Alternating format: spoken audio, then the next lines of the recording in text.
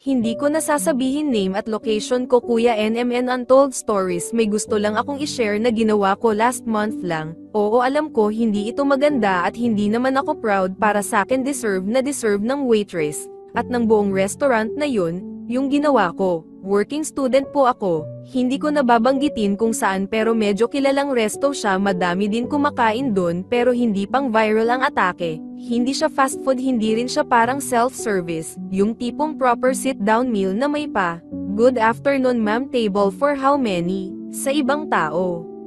Pumunta kami para mag-lunch kasama ko boyfriend ko at medyo nakaayos ako, smart casual, naka-makeup, yung tipong iisipin mong office girl na stable ang sweldo, hindi halatang estudyante. Pagpasok namin yung treatment nila is okay. Nag-ask kong table for how many persons, sinabi ko naman table for 2 lang po. Inassist naman kami sa table namin at tiningnan yung menu nila. After 10 minutes nag-decide na kami mag-order ng boyfriend ko.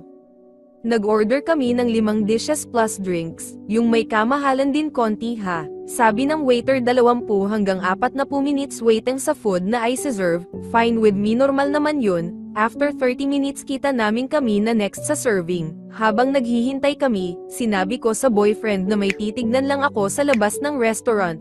Tumayo ako at lumabas. After 2 minutes tinext ko yung BF ko na lumabas na siya at samang inasal na lang kami kumain. Nakalabas naman yung BF ko at iniwan namin yung table namin sa restaurant na yun. Alam ko na any minute ay serve na yung food pero wala na yung nag-order. Lumipat na sa mang inasal, nag-chicken at extra rice na, mas masarap pa.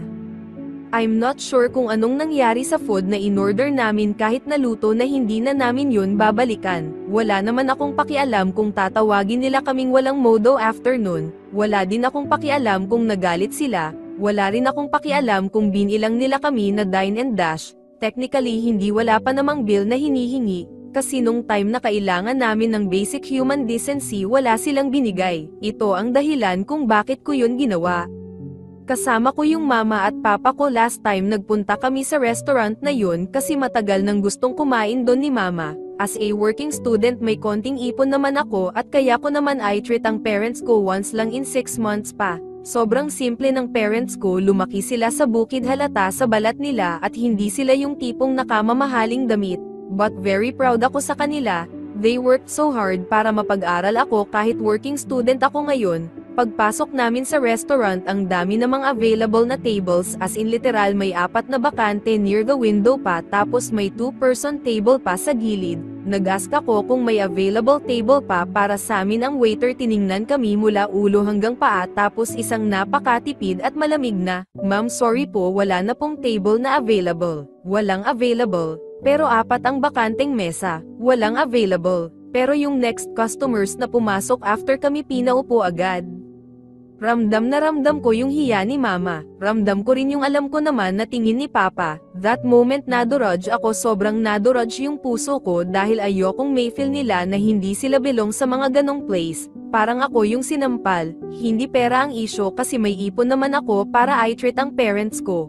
Kumain na lang kami sa ibang kainan. Pinagpilitan ni papa na okay lang at si mama nag-joke ng baka may event sila. Nakita ko yung dismaya sa mata nila at hindi ko makalimutan hanggang ngayon. Ang hirap kalimutan pag hindi mo nabigay yung gusto ng parents mo dahil na-down na sila sa physical appearance. Hindi ko alam kung tama ba ginawa ko na konting paghihiganti sa restaurant na yun. Naalala ko yung parents ko, yung hindi ko kayang palampasin, call it immature, call it revenge. Para sa akin iyon na lang ang maliit na paraan para sabihin sa kanila, next time treat people right kahit mukha lang silang simpleng tao. Yung waitress na kumuha ng order namin, siya mismo yung tumingin sa amin ng mula ulo hanggang paa. Kaya sa tingin ko deserve niya yun. Mas panalo nga ang mang inasal, mas mabilis, mas masarap at only rice pa. To inspire me to make more videos, I'm begging you, don't hesitate to subscribe my new channel. Thank you and God bless.